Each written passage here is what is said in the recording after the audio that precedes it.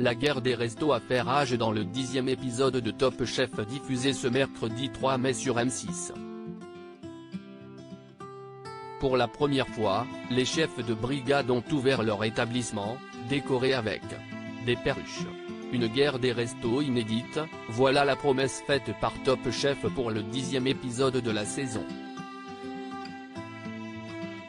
Ce mercredi 3 mai, M6 a ainsi constitué 3 trinômes, l'un constitué par Jean, Carla et Mathieu, l'autre par Jérémy, Sarika et Hugo et le dernier par Paul Perret, Glennevielle et Philippe Etchebest. Pour la première fois de l'histoire de l'émission, les chefs de brigade se sont donc prêtés au jeu de l'ouverture d'un restaurant en 48 heures. Ils ont donc dû constituer leur carte et penser à la décoration de leur enseigne. Au moment de faire les courses dans un magasin, Paul Perret semble avoir fait une découverte extraordinaire.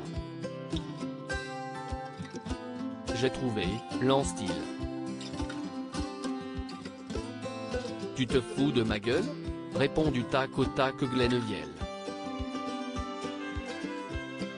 Au rayon animalerie, Paul Perret a voulu à tout prix repartir avec des perruches. Juste un petit oiseau.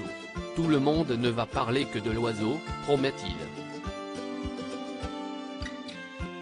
Philippe Etchebest épaté par la surprise de Paul Perret et Glennevielle dans Top Chef 2023. Si est décidé, devant les oiseaux qui jacassent, ce sera la perruche bleue et la perruche verte. Je te jure, tu t'arranges avec Philippe, hein, prévient Glennevielle. Justement, comment le chef a-t-il réagi lors de la découverte animalière ? Oh, des petits oiseaux, s'extasie-t-il en voyant la cage pour la première fois, affichant un grand sourire sur son visage. Si est-il bien, si est-il une bonne idée, assure-t-il.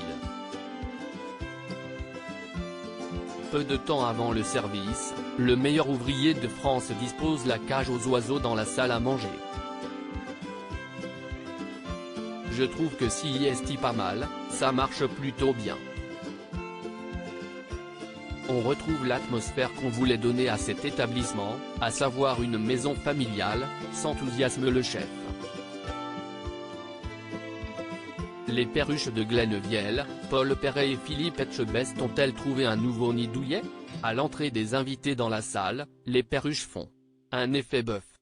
On est d'accord qu'il y a des piou-piou ? Ah mais je ne suis pas folle. Depuis tout à l'heure, je me dis qu'il y a des piou-piou, s'étonne l'une des convives qui tournait le dos aux oiseaux. Après la fermeture de l'établissement, il a bien fallu trouver une nouvelle maison pour les deux volatiles. Interrogé par Télé Loisirs, la production répond à cette brûlante question. Nos très chères perruches ont été adoptées par un régisseur qui possède une volière, nous indique-t-on. En revanche, on ne sait toujours pas quel nom leur a été attribué. Ce sera certainement le cœur d'une prochaine enquête rondement menée. À lire aussi, on a dû parfois recadrer, quand la production de Top Chef rappelle à l'ordre certains candidats un peu trop fêtards.